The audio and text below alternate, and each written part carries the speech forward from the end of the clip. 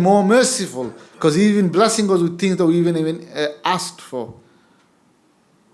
It's like saying that, many times, you have someone who's a skilled person, and the family and someone suffering, and they say, oh, I've been suffering, you didn't help me.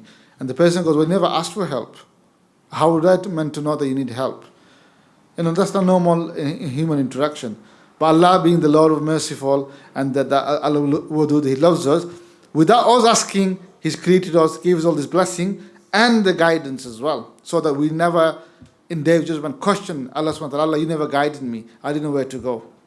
That's been Al-Hakam, Al-Adl, Allah subhanahu wa ta'ala, the most just, most merciful. That's why anything we do, any wrong we do, is always our fault, because we choose to do that wrong, like the Dajjal is.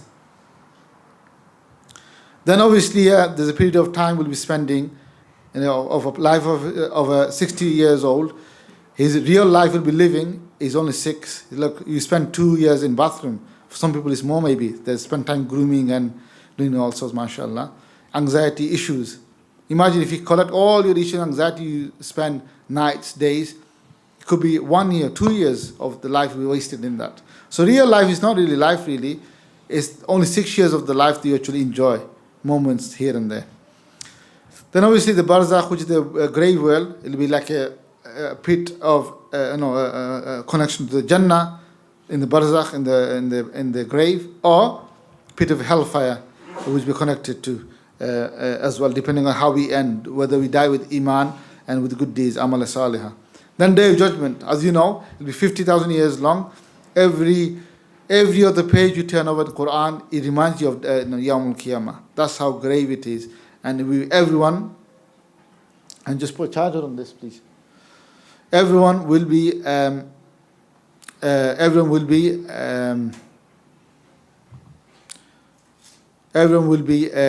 Ya Nafsi, Ya Nafsi as well, except for the righteous and pious. Inshallah. And then obviously for the pool of Sirat, the bridge, some people will fall in therein and will cross and then go to either, inshallah, by Allah's mercy, to Jannah. Unfortunately, those who have are disbelievers or with a grave sin, who are not forgiven, will go to Jahannam. Just out of interest, there is another bridge for the believers before entering Jannah. Do you know what that is called? Anybody? Sorry? Kantara. There's actually another bridge which it's not very widely known, but that bridge is basically you have to cross, especially for those Muslims who actually passed the first one, but there are some rights that still outstanding of people that don't fulfill, qard, these things. But Allah have His own system to repair that as well, so I'm not going into that. Yes, someone put the hand up. Ji. Pulse. No, Pul Sirat is that one. There's another one. Everyone knows about Pul Sirat. There's another one for the believers before they enter Jannah. That's all Kantara. Now, it says only purified soul will enter Jannah. An unpurified soul, unfortunately, they'll have to be purified in Jahannam. So what is this path of smart way of protecting ourselves and the fitna of Dajjal? And what is this understanding of purification? So let me show you that imagine our life, our body is like an aeroplane. And now, if for an aeroplane to fly and to reach the closeness to Allah subhanahu wa ta'ala and His nearness and His pleasure, that it needs to be equipped, it needs to be worthy to actually fly in the first place. So before it flies, that there are some conditions for an aeroplane to have in order to it could fly. So what are the conditions? Number one, it needs to have wheels so they can do a run on the runway, which is of tawbah. We should do tawbah from all our previous past, and in terms with Allah subhanahu wa ta'ala, with people, with anything that's outstanding. Second wheel represents mujahada, steadfastness. That you have to have this commitment, and no matter what, through thick and thin, I'm not going to give in or give up. The only thing shaitan wants is to give in. Apart from that, no matter we fall again and again, we get isolated like we saw the lion and so on. The support and help is always there. But the moment we then decide, oh, it's not for me, it's too much, you just switch off, disconnect, that's when we fail. Then obviously the another wing, this wing represents Aqidah, belief, like Brother Zafar was mentioning yesterday in the feedback. The belief Aqidah is most important. You could do tons of good deeds and ibadah and itikaf, but if your belief is not correct, according to Ahl Sunnah wal Jama'ah, then it all goes to vain, unfortunately. And the fourth one is very important, is the do's and don'ts, knowledge of what's right, what's wrong. So really, this actually, what Shaykh Ahmad very beautifully explained. I know sometimes it could be quite technical. What's halal, what's haram, what you can do, what you cannot do. But sometimes we become quite specific or narrow. We don't widen up. Essentially what fiqh is, means understanding, that we understand the things because we are here that we want to achieve Allah's pleasure, Allah's nearness. How do you do this? Is by when we start to reflect some of the attributes, qualities of Allah subhanahu wa ta'ala. So for example, Allah is Allah is gentle, and he likes gentleness, in a person, if that's found. Allah is merciful. He likes to see, a person being merciful, being merciful to the others as well. So these are good things. So what fiqh is teaching us, all the do's are, in summary, as telling that if you do this, then you reflect in certain sifat, names of Allah subhanahu wa ta'ala, and is pleased to see that. And all the don'ts, which are haram, are opposite to the qualities of Allah subhanahu wa ta'ala. And he dislikes, he hates, and he wants his servant to abstain from as well. So it all refers back to the sifat and quality of Allah subhanahu wa ta'ala. So that's where fiqh is born from in reality. So those are the conditions, inshallah, we need, and then we start the flight. In the flight, another example is given. The first aspect of the purification is that there are 7 organs we need to purify in order to have this safe flight towards Jannah, towards the pleasure of Allah subhanahu wa ta'ala, running away from the Dajjalic system, finding that solitude, finding that seclusion. So he's shown as an example, you got the 7 doors here. It's a very, very big plane, by the way, double-decker. Yeah? And we are big at our own lives, because our life is our most important thing.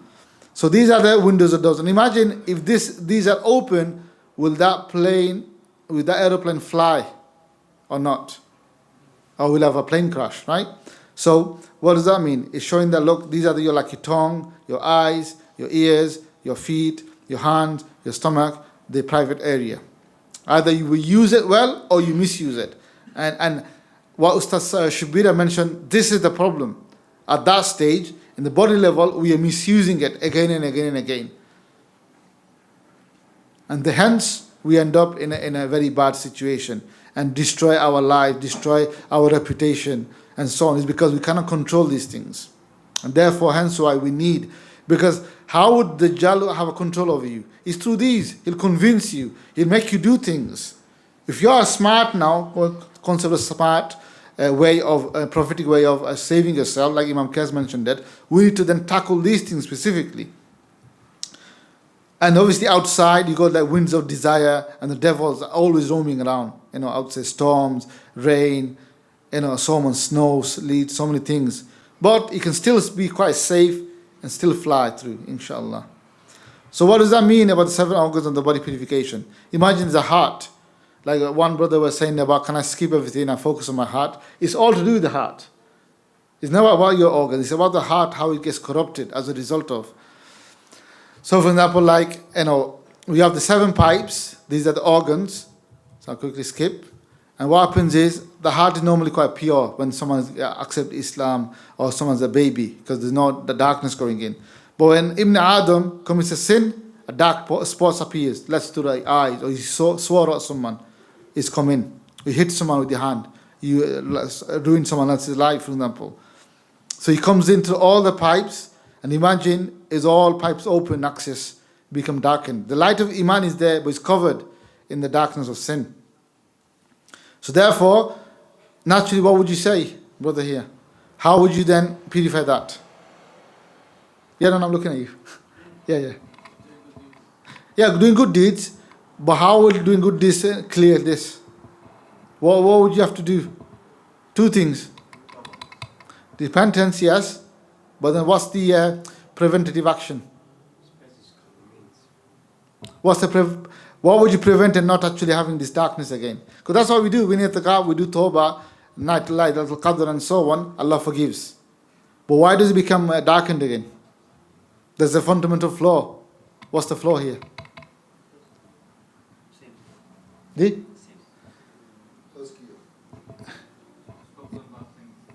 Stop with bad things. If you become more technical, now think about it. You have all these pipes are open. So through these pipes, more darkness coming in every day. So you're doing tawbah, like I said, showed you earlier, you're doing tawbah, heart is clear. But eventually through different darknesses, big or small, major sins, minor sins, doesn't matter, it's trickling in. It's like this masjid, very beautiful, mashallah, but the windows and doors open. You keep it open and you don't keep this masjid well, matter of days, you won't be able to enter it. It'll be very smelly, very stuffy. Carpet will be completely disgusting and dirty. Wall will be covered with dust and spider web and everything else. And you think, is this masjid? Na'uzubillah. Who are the people to look after it? Yeah, analogy I'm giving. So likewise, the heart is affected because all the pipes are open all the time. These are your 7 organs, like we mentioned. Darkness coming in. So the smart thing to do, Imam Qais touched on this today, is to start to block or to close this pipe of evil coming through. Does that make sense? So, for example, this is my tongue. I'm learning how to put a blockage over time. And this is what I'm going to show you, how to put a blockage of the, for example, tongue and so on. So how that happens is, when you start this path, which we'll go through in the next shortly, is that you are given this first stack is the tongue. You'll be given that for 30 days. There are some major sins we know, backbiting, slander, lying, ridicule, hypocrisy, and so on. And we start to stop swearing and so on. Stop using our tongue in an abusive way, or misuse it. Ask Allah forgiveness and restrain. Like Shaykh Ahmad Dabagh mentioned, that you stop and you stop and you stop. Resist. That's part of the resistance. Repetitively. Yeah, I have anger issue. When I'm angry, I let loose my 3rd degree. But who told you to do the 3rd degree? Control it. Like Shaykh Ahmad Dabagh said, is a slip of the tongue. He said, look, Allah Ta'ala gave you barrier. He gave you your lips, then He gave you your teeth, then the tongue. So you have to come through all this barrier to slip. If you stay like this, it starts to slip. Yeah? But if you allow that all the time, then it's open access. Yeah? So learn to keep our mouth shut as well, only in a state of anger, inshallah. So these are the things we're going to tackle. For example, we do 9 days, 10th day we slip, or the tongue slips. And then say tawbah, ask forgiveness. But you monitor what made you slip, and you target it. That's my weak point now. I'm going to avoid this. Then you try again, 2nd time, happens again, number 1, in this case, backbite. Very tasty, very juicy, but very, very, very deadly, backbiting. Yeah? Know this. Something that is juicy and tasty, something is not very good for you. Yeah? Those who are like into the fast food and Uber Eats, they know very well. And then, inshallah, eventually you cover the 30 days. So like this, then you cover one after another, then eyes, ears, tongue, private parts. Believe me, if you are strong-minded, if you have the mujahid, the concept, it might take you 9 months, 10 months, 12 months. But you'll see after the 12 months, the 95% of your guna, sins gone from your life. You think it's impossible. It's a wishy-washy thinking. It's not. Brothers who've been here, as to Asataz, Ustadh and others, I'm not saying they're free from sin. Of course, people would sin. But it's being smart. People, and I work in the industry as well, that certain chemicals, if you were to be displayed with one bottle, you'll kill yourself, yeah? And we use 30 tons a week. So he's saying, how is it I manage to use all the chemicals all the time and no one's affected? He's being smart. They do risk assessment. They do reviews. There's so many health and safety in place to ensure you can still use it safely. So these organs are not bad. Nafs is not bad. We've never known how to manage it, learn properly, be smart about it, and still get the best out of it. Nuclear industry is so much benefit there, energy and so on. We know how dangerous nuclear is. That's why they don't give it to third world countries, because they'll misuse it. The European countries, they very much have the protection not to give it to third world rogue country, because they're going to misuse it and start causing world wars and so on. But yet, France, especially Europe, they're using nuclear industry. 40% in France, I believe, they use nuclear industry to provide energy. And that's why other countries are trying as well. So anyway, so there is being smart about all this. So inshallah, after training, all your organs are protected. Also at the same time, this darkness you see inside the heart, that also happens through dhikr. Dhikr, the remembrance of Allah subhanahu wa ta'ala, is a detergent that cleans the heart. So two things needed. One is the stopping training of purification. One is a specific dhikr is given to you, which I'll mention to you very shortly. That you practice that daily. So two go hand in hand. It's like the aeroplane. You're protecting the outer shell, but at the same time, you need the fuel for it to fly. You won't fly if there's no fuel inside. You can have the best protective aluminium steel case system in the world, but you won't fly, you won't go anywhere until it's got the fuel to run. So they both go hand in hand. The Murakaba, like brother mentioned, the dhikr, we'll mention all that inshallah. So then inshallah, that's just the first phase, first stage. There are 3 stages of purification. Second one is about purifying the mind. I'm not going to go too much detail, but I'm going to touch upon that. Purifying the mind, because when we do a sin, where does sin come from? Some kind of thought in the mind, some kind of insinuation, maybe from externally to what we see, or we view, or internally the nafs, or the shaitan, you call it, cultivates that thought. So it's like the outer shell of the plane, the thought is affected by. So how does that happen? So a thought comes into your head, in our head, it's like a red spark of a desire, and what we do is we think, we plan, and end up committing sin. Yeah, so you can see on the left hand side, a fire, sin. It is like a fire comes in, that's subtle, we commit sin. Any sin we do, doesn't matter. That's what happens. We plan it in the mind. The purification of the mind is you learn how to put that out straight away, so that the fire doesn't burn the whole brain and whole mind. And eventually you learn how to put a ring around it. So automatically you start to bounce off. Sometimes even to the point where, and it's a human a human being can achieve this. They put like a subconscious ring around it, you might automatically bounce it off so that it doesn't go to any other level. And this is all part of purification, because Shah Ahmed Dabbagh have devised, brothers are going through, sisters are going through, those who are sincere, Allah blessing them. I'm not going to go to detail, I've just summarized it, because I want to go to the actual solution. So the whisper of shaitan comes, storm comes, you protect yourself to the mind. So a thought comes, 2 things I mentioned how it happens. You seek refuge from Allah subhanahu wa ta'ala. A'udhu billahi minash shaitanir rajim. But in that, the secret is to think, not to read paraphrasing, to think, to Allah, I'm seeking refuge. This thought is bombarding me. I'm seeking refuge in you from the accursed devil. Is actually insinuating. So what you do, you shift the mindset towards Allah subhanahu wa ta'ala at that moment. Number 1. And number 2 is you use your freedom of will to resist. Yeah, it's come about. Someone invited me, let's go out. I know you need to go, let's go out for nightclub tonight, yeah. It's an invitation. I have the choice to say, no, brother, na'uzubillah, I'm not going. Or say, yeah, good idea, yeah. Chandrat, yeah, book it, I'll be there. Yeah. That's what we do, don't we? Chandrat, go and lose all the, what you call, drain all our amals in there. And completely run dry. So it's an invitation, we can resist. So that's your purification of the mind, to the point where, let me give you the end, show you the end result of the purification of the mind.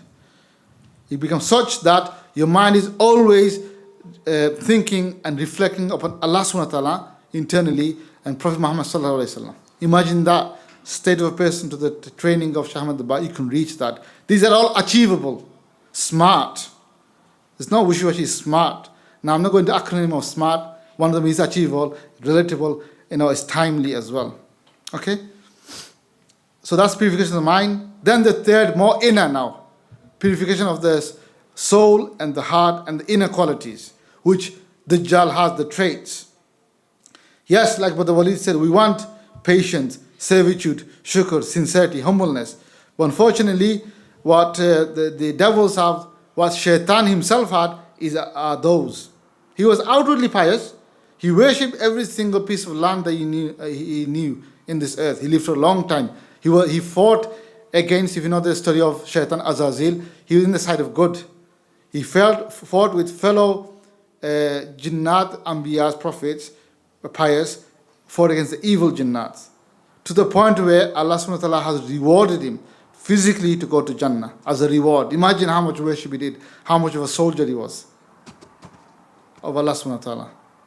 And yet, at freedom of choice, he misused at the very moment when it mattered the most. What he did, he showed jealousy when he saw Adam alayhi salam. He saw his negative competition. I'm the main man for Allah subhanahu wa ta'ala. I'm the main servant. I'm the best servant of Allah. Who's this Adam alayhi salam? So jealousy crept in. Then eventually he was asked to bow down.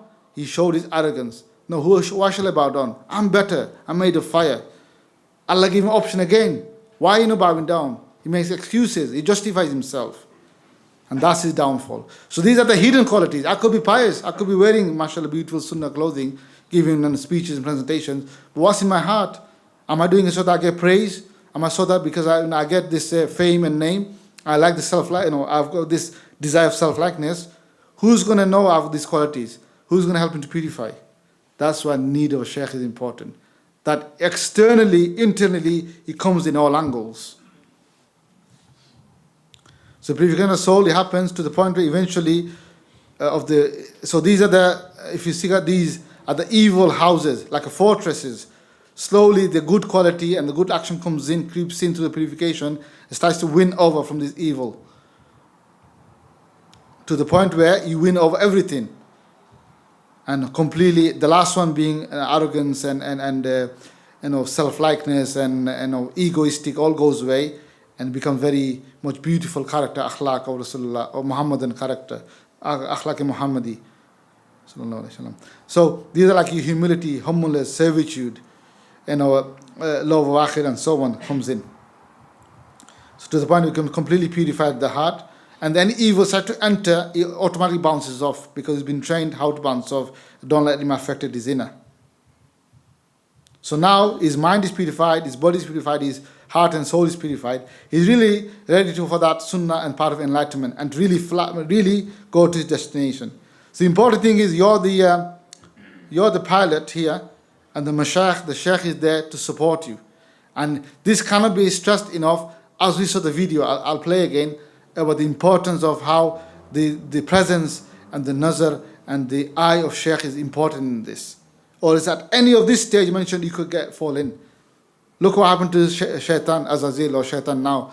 He was doing great at the body level. He didn't do any sin. He was in heavens. Thought level, it was said that Shaitan was so pious that he wouldn't even look at Hur in Jannah. He said, it's not necessary, I don't need this, I've got Allah subhanahu wa ta'ala. But something that got him is more inner. And it is said that Shaykh Ahmad said that if he had a sheikh and went through his purification, he would have been saved from that. But he never chose to have anybody. He thought, I can do it myself. So part of Jannah and the control tower is Rasulullah Sallallahu Alaihi Wasallam and the Medina Sharif. And the objectives are, so the ultimate aim is Allah subhanahu wa ta'ala, His pleasure. But that comes from Allah subhanahu wa ta'ala. We need to have an achievable target in order that we hope in the mercy and the pleasure of Allah subhanahu wa ta'ala. And what are the targets? To the purification cause, these are the 4 targets that we aim towards, which is workable, achievable, measurable. Giving preference to Allah subhanahu wa ta'ala is an innate quality, and to follow His command. Naturally, you have the zeal that I want to prefer Allah subhanahu wa ta'ala over the custom, tradition, whatever, rawaj and rasam and whatever that is. Naturally, giving preference to Prophet Muhammad sallallahu alaihi wasallam and his sunnah. That'll be inbuilt in us after purification course when we complete. Compassion upon creation. Not only fulfilling the rights of people or violating it, this person have this, such a merciful, generous heart. They will be thinking about how do I benefit the creation in the world and in the dunya and in the akhirah as well, in terms of dawah and so on, teaching in akhirah and to make compassion. That's why look, Shaykh Ahmad Dabab doing it at a grand scale. They've created 2 organizations, charities.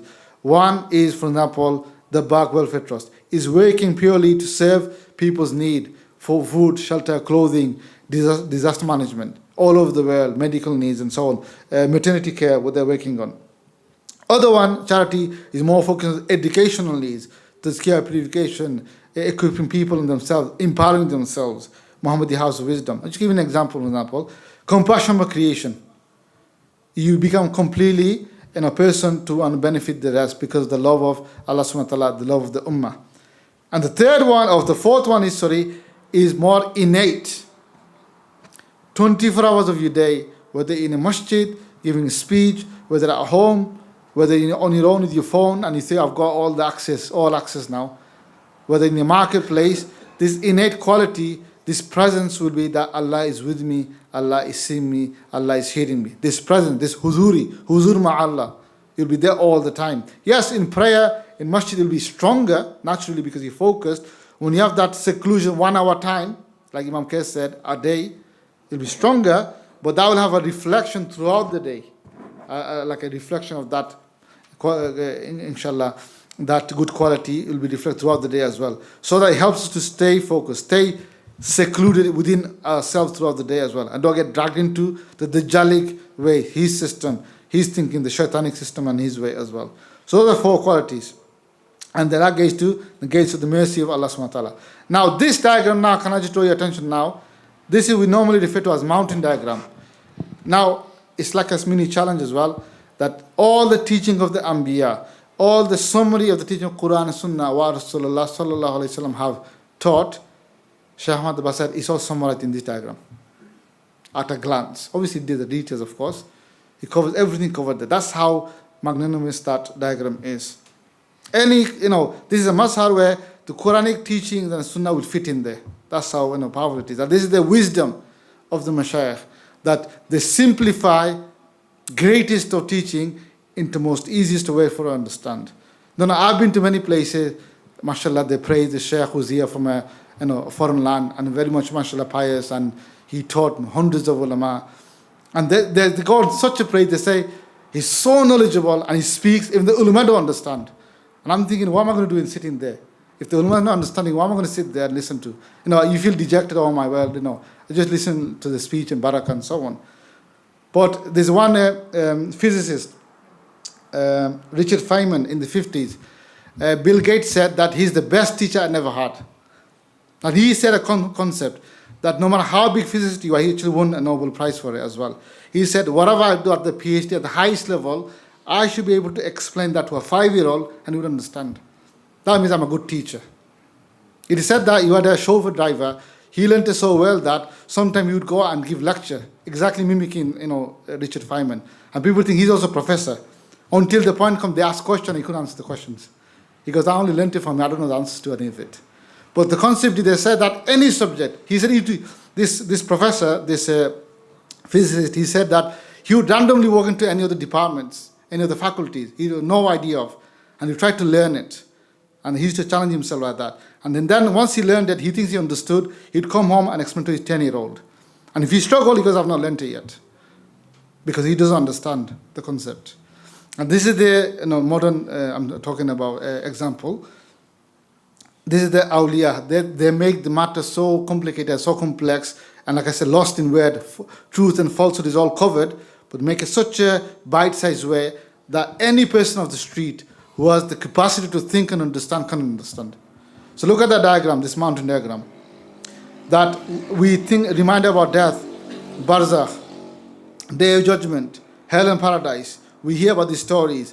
We hear about the gathering. We attend the dhikr majlis, whatever it is. Alhamdulillah, they're all good. We listen to the lives of the prophets. Listen to the reading of the Quran, reality of dunya.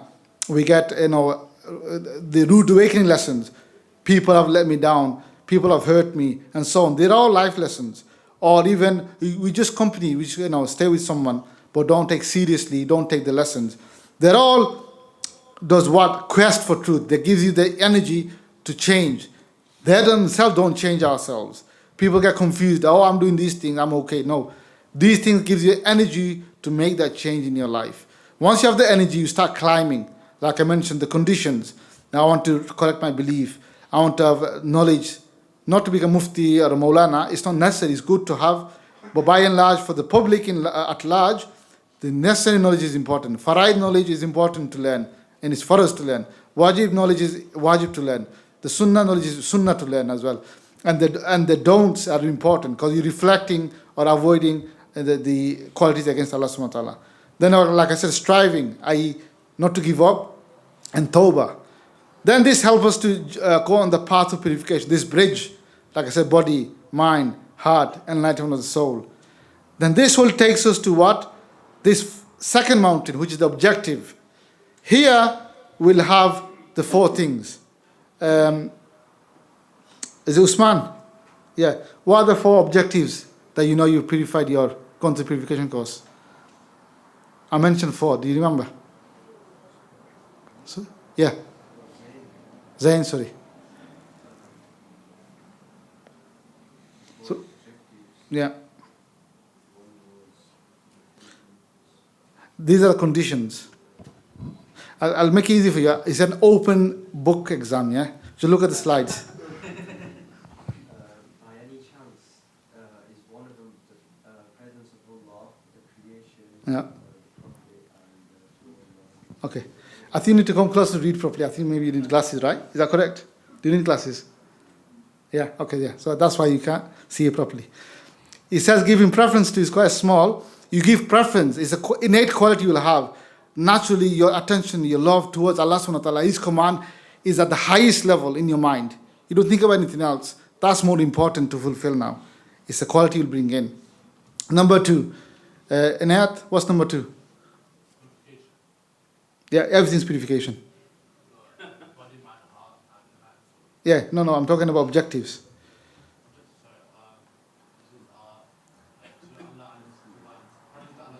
I just mentioned that. What's number two? He's my nephew as well, so I'm okay with him. Yeah, so he preference to the being of Prophet Muhammad sallallahu alaihi wasallam. He's my goal, my role model, everything, and his way, his sunnah is most important in my life. So imagine, think about carefully. Number three, it says creation means having the mercy, generosity. You're thinking how to better them, how to go above and beyond and make a difference in their lives. Many people do that, mashallah, in here as well. And what's number four, Ehsan? Yeah, so it's a 24-hour energy source within us, so they'll be running all the time. And then by mercy and grace of Allah, we still rely on Allah's mercy and grace, will take us to Jannah. Will take us to our Jannah. The person who reaches there, on this earth, his life becomes heaven on earth. You don't have to wait till Jannah. On this earth becomes heaven on earth. Everything becomes aligned now. It makes sense. He starts to see, all the numbers in his life. Becomes a figure. He starts to see. He's got the penetrative eye now. He can see beyond the matrix now. Yeah? Anyone know what the matrix is? If you don't, that's good. MashaAllah. Okay. So what are the practical takeaways now? Here's the most important now. That to start this journey, go all the way there to the end, the starting point. And the starting point is the purification of the heart and the organs. So inshallah, I'm going to go through and practice it. One of the ones is, first of all, to clean the heart which is darkened is the La ilaha illallah zikr. We do that 20 minutes a day, target. And how do you do this is explained here. Imagine between our stomach region and the private parts, all the darknesses are collected there. So we recite La, you can practice it yourself as we're doing La, as though you're pulling it towards the La, pulling on the darkness like a pipe. And you go into your head and you say Ilaha. When you say Ilaha, you're releasing evil traits, unlawful wealth, lust, love for women, fame and name, all the negative things. You're releasing it. I don't want it anymore, Allah. Then imagine the name of Allah shining. Say Illallah, the light from the name of Allah is hitting your heart. You can see the name of Allah in the heart as well. And the positive effect of that light is going back to that region again of the stomach and private part. So like a full cycle of purification you can think about. Purifying your heart and the nafs. This is what the nafs usually generates. This. So just imagine, try with me. La ilaha illallah. La ilaha illallah. La ilaha illallah.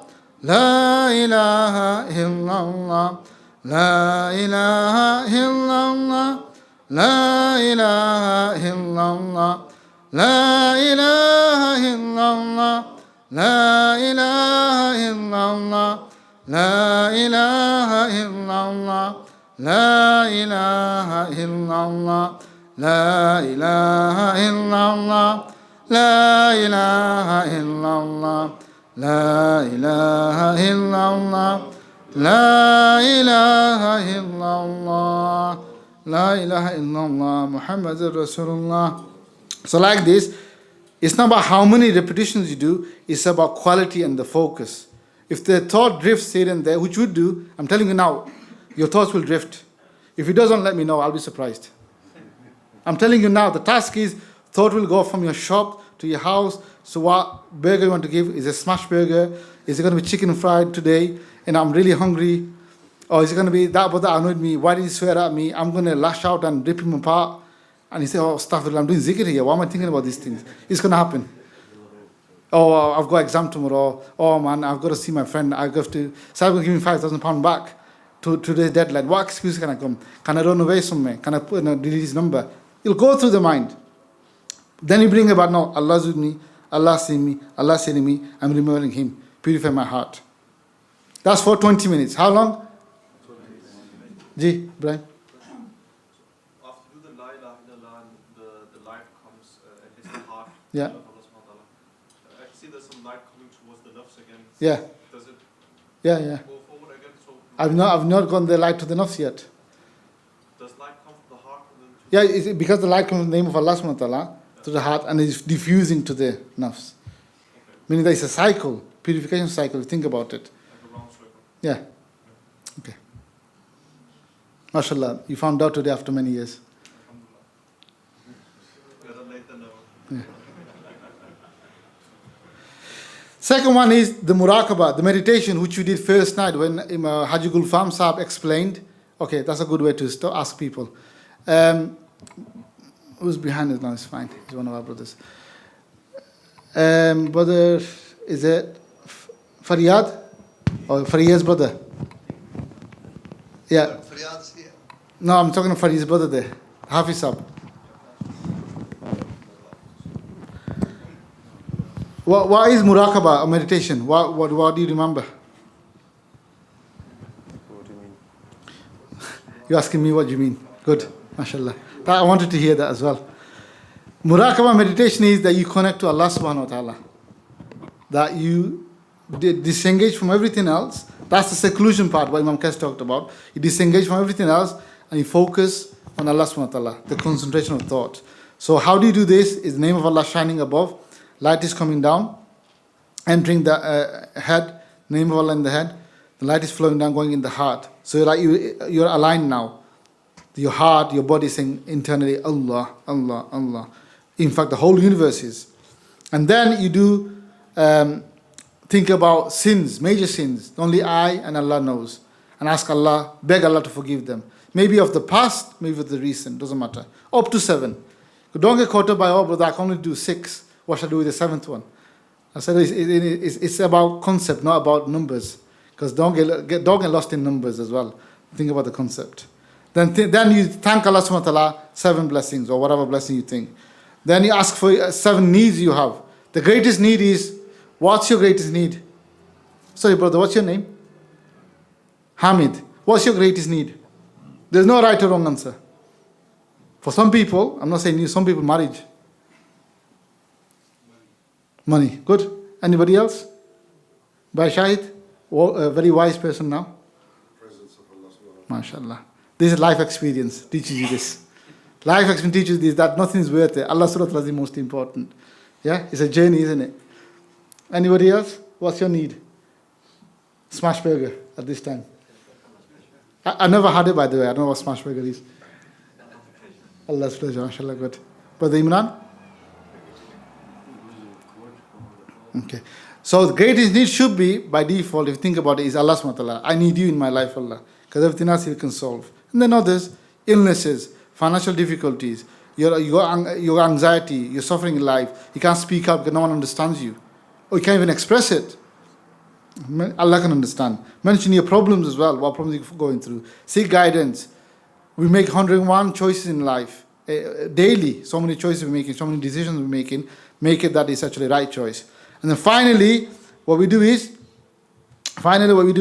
we rely on Allah subhanahu wa ta'ala. That Allah, I give everything to you. You do, forgive me. You bless me with it.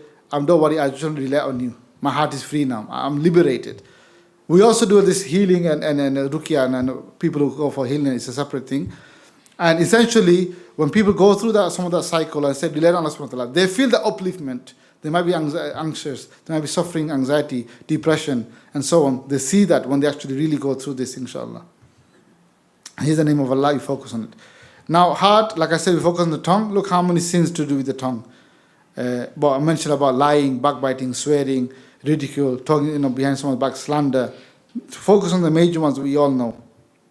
So tongue sheet, you cover 30 days.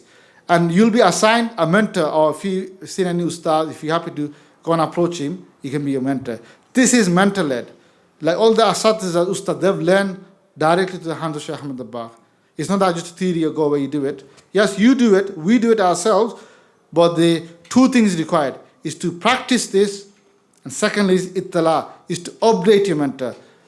Every month, minimally, every month you should see him. Either in that month, everything's fantastic, going well, alhamdulillah, what's the next task? I've completed the tongue, I'm completed the eye sheet, what should I do next?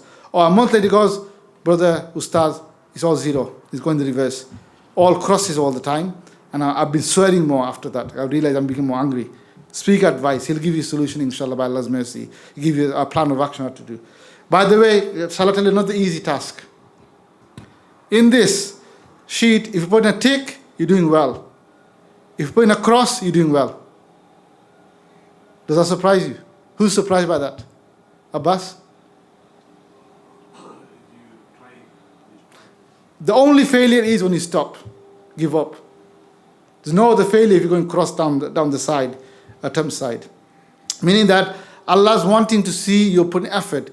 If we die doing this all our life, inshallah Allah will raise us as a purified person. Because you're on the path to trying.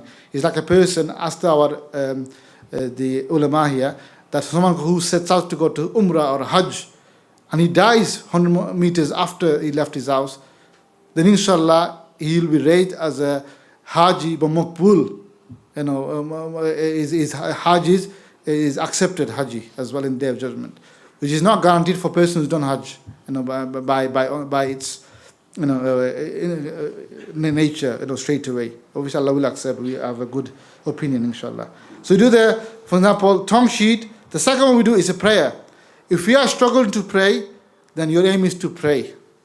If you are praying 3, then aim is to pray 4. If you are praying, then your aim is to pray in jama'ah, in masjid, whenever you can. That's one aspect. The second aspect is, in your prayer, you bring in a thought in every posture. What is it? That Allah is with me, Allah is seeing me, Allah is hearing me. Bring that thought only once. So when you're standing, bring that thought. When you're in ruku, bring that thought. When you're in sajda, bring that thought. You're reciting, do tasbih, just bring that thought, presence, that Allah is with me and seeing me. The sunnah prayers are your training ground. The farz prayer are the real test. Like Fajr, Zohar, Asr, Maghrib, Isha. If you make a mistake, make it up after doing some nafil prayer. To make up that you actually bring in that practice, inshallah. So thing is, prayer is that you bring in the presence of Allah even once in the posture as well. That's the beginning level. So, brother, can you explain what the spiritual fasting prayer is? What do you have to do? How do you bring that spiritual presence of the prayer? What's the task?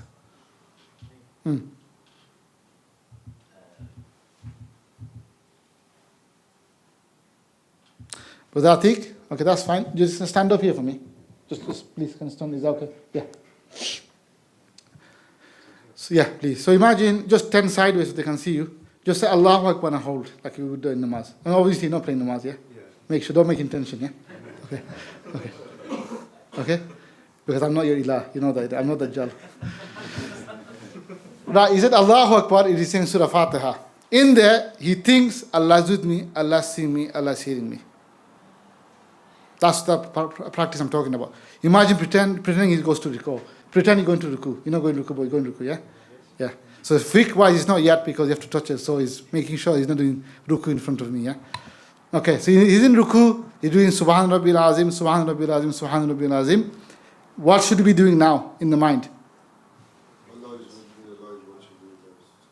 Okay, but the shahid is true, but he's also wrong. Why? Why is he wrong and why is he also true? Yeah. No.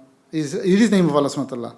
Allah is with me, Allah see me, is name of Allah, Sami al Basir, these are the names of Allah subhanahu wa ta'ala. So when he said that, Brother Shahid, one thing is, the reason I'm highlighting this because we get that question that I go in the ruku, I say Allah is with me, Allah see me, Allah is hearing me, then I'm thinking I have to do tasbih. I said, why are you saying it with your tongue? Sorry, no, you don't utter it with your tongue, you think it. That's it, that's the point, mashallah. I didn't, so I thought that's what I meant. Yeah, good. No, good. That's a good example because 6 months later they say, I feel my namaz no, right? I keep saying Allah is with me, Allah see me, Allah is hearing me. I was going to say that anyway, I was going to ask. Okay. So don't go to sajda, just go halfway and stop. Don't put your forehead on the ground, yeah? Yeah. Not go in sajda, just go down and stop halfway, yeah? So imagine he's in sajda now, yeah? Just about to go. What should we be thinking? That's it. Alhamdulillah. Fantastic. So in every posture, they can get back up. Inshallah, yeah? So he's going back up, Allahu Akbar. And obviously folds his hand. What should we be thinking now? When's the next curry? Ji, Imran? Oh, you lost your prayer as well now. You can't refresh it. Allah's with me. Yeah. Because it happens that you get distracted or something happens. Okay. That's fine. Okay. No, that is, you make the intention. That's the intention is, oh Allah, I'm praying for your pleasure at the beginning. That's the niyat is. Then sometimes get caught out, what's the Arabic? Please, Imam, tell me. Nawaitu nusalli, and then you don't understand what you're reciting. Think about, I'm doing prayer, 4 rakat, Farz, Asr, for sake of Allah subhanahu wa ta'ala. If you can do that, then that will suffice behind the Imam. If you are. Thank you, Jazakallah. So that's your prayer. If only sunnah, they are training, just to attune yourself. Farz is your real test. 4 out of 5 prayers throughout the day, if you do it like that, you're doing well. For tick. If you 2 out of 3 prayers are cross because you made a mess of it, it's a cross. There's a tip Brother Murakaba gave me right at the beginning, the first day that he used the skid, and which helps me, is every time you say Allahu Akbar, become conscious at that point. And that's always helped me in every time. So, Brother Walid saying that Haji Gulfam advised him that when he said Allahu Akbar, he's literally saying Allahu Akbar. So it's easy just to remember him at that time. That's also a good way to stay connected. MashaAllah. Thank you for that. And the final sheet which we'll give you is the sincerity, most important. That so that this love of showing off, love of anything else goes out of our heart, all the negativity.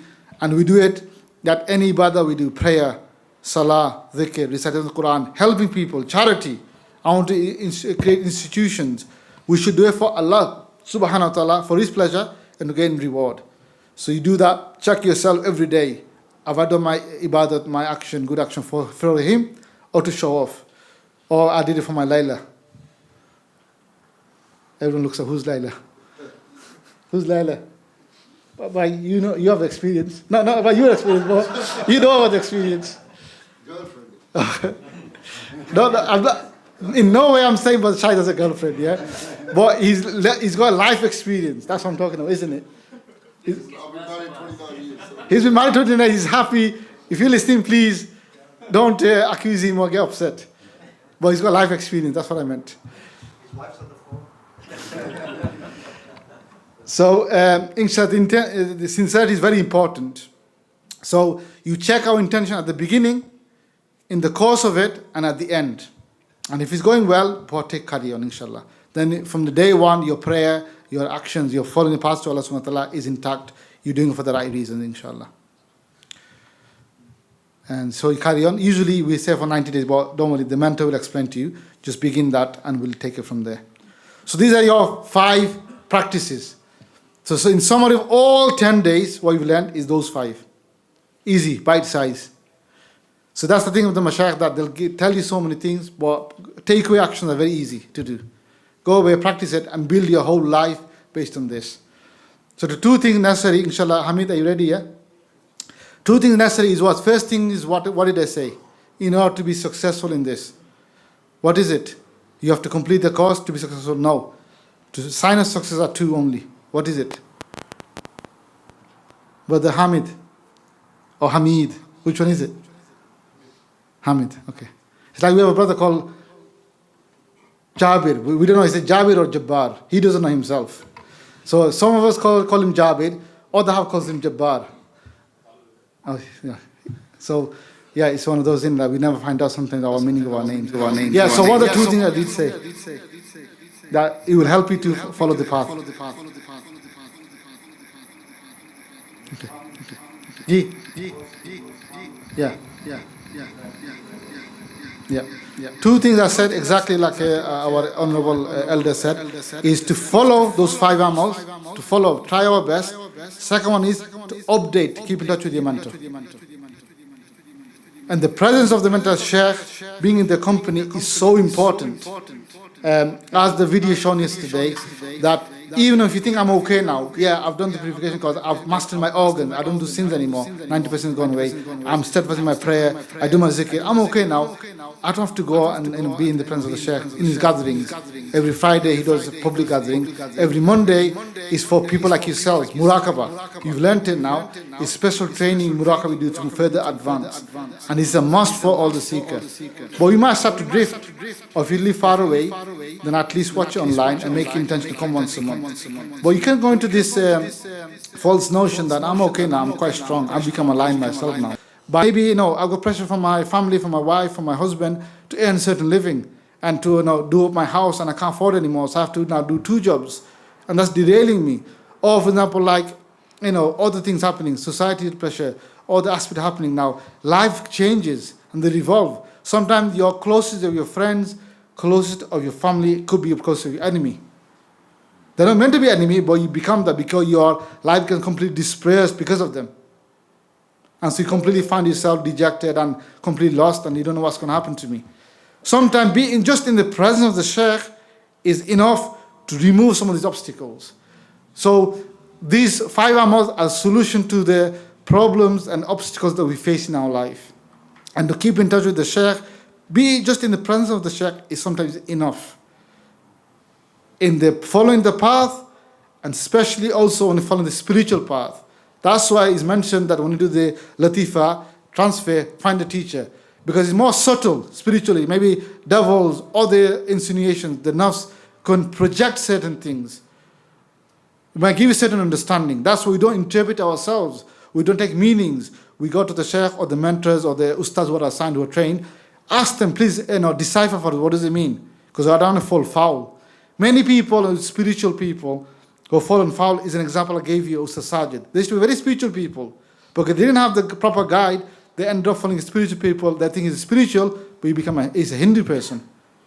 Qadiani, from, I don't like even to say his name. Ahmad is a beautiful name. I simply say he's Qadiani from Qadian. Yeah? He did mislead people because he used to have spiritual experiences to the point where the devil started to insinuate, you're the Mahdi of the time, or you're the Isa alayhi salam. And now you're going beyond all that, you're a prophet of the time, na'uzubillah. So that's why the presence of the sheikh, spiritually, their guidance is most, as well as physical guidance in terms of the following the path. Until and unless they sign you off, yes, you are now mastered it, I am confident you can live your life, you can follow, you can guide your own flock. Until that point comes, never lose connection and the presence of the teacher. And I can't say, I cannot emphasize this point enough with the knowledge of the video which the Hamid will play now. So with that thinking, watch that video and then you see a different light why that lion, the sheikh, is important just being in the presence of. He drives away all the hyenas, all the issues, all the obstacles from our life, clears the pathway to Allah subhanahu wa ta'ala. You can stay as connected, inshallah. Ji, Brother Hamid, whenever you're ready. Bismillah.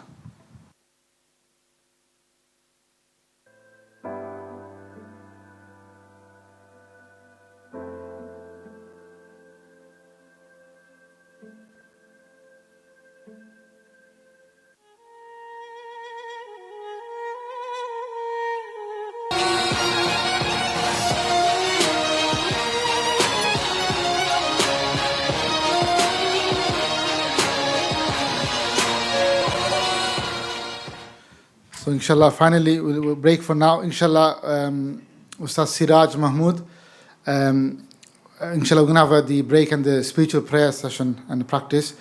But after Asr, he'll go to the full mentorship program, how it happens and how this is done. There's actually a website to support you, so you can sign in straight away. And the last time mentors fee as well. Many of you already been seeing Ustadh for one-to-one and so on. MashaAllah, that will continue. But he'll go through some of that after the feedback session, inshallah. Jazakallah. Subhanaka alhamdulillah. Ashhadu an la ilaha illa anta astaghfiruka wa atubu ilayk. Should say 10 past. Inshallah, I'll be back at 10 past. 10 past 5, not 10 past 10 6. past 5, inshallah. 20-minute break, over 20-minute break. Inshallah, see you shortly.